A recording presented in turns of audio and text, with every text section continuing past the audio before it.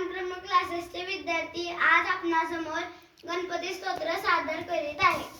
साष्टांग नमने माझे गौरी पुत्र विनायका, भक्तीने